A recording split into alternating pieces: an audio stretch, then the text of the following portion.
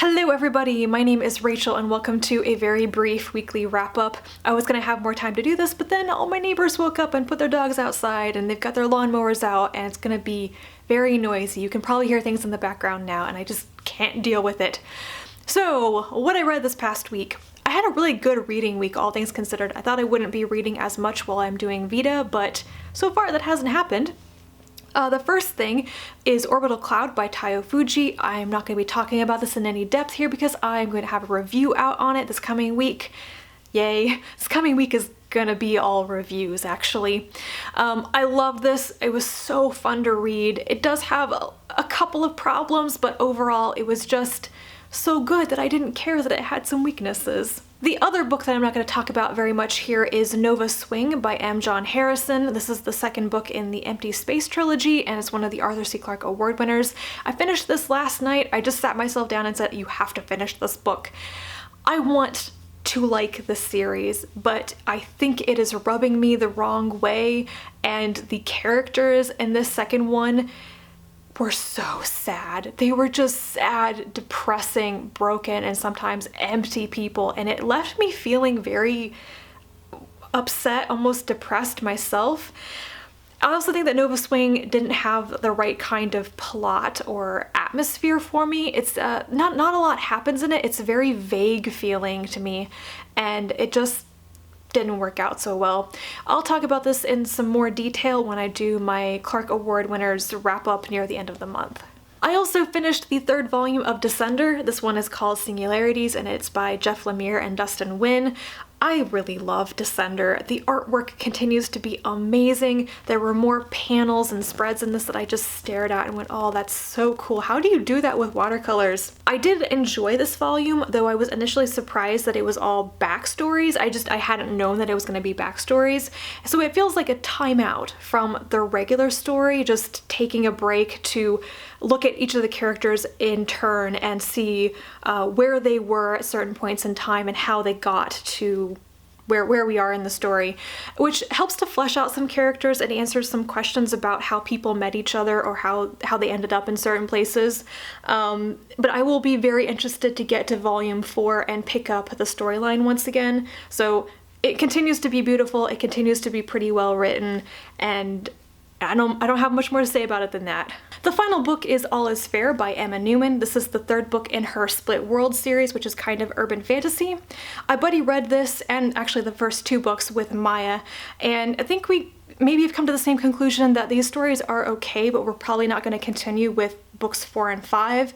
They're interesting while I'm reading them, but when I put them down, they're rather forgettable.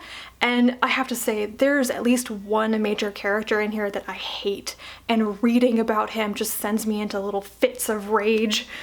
And basically the story is that our main character, Kathy, is born in the Nether, which is this world where the favorite puppet families of the Fae lords and ladies are kind of exiled, and it's a very patriarchal, backward society, very almost Victorian. They're stuck like 200 years ago, and Kathy wants to escape the oppression there. She ends up in the mundane world and she gets dragged back, and she's forced to marry a man because the Fae heads of their family want them to.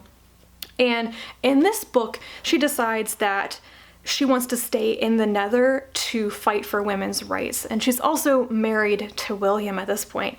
I hate William. William is not the most sexist, misogynistic man in this world, but he exists in that terrible in-between point. He's literally the guy who says more than once, you should like me and be happy that I'm letting you do X or Y or Z because I could have done this very terrible thing. Like, you don't say you're a good person by saying that you didn't do the really horrible thing that you could have done. For example, he has a mistress at one point, and then he finds out that she's been using a charm on him, and he basically sends her away, and he literally tells her, you should be happy that I'm not so terrible that I send you away to be a whore in a brothel, because I could have, but I'm being nice and I'm just sending you away. No, I could rage about this even more. There's also something that he does to Kathy, his wife, which still hasn't been resolved. And I'm pretty sure that when she finds out about it, she should like punch him in the face and throw him out a window. I just can't.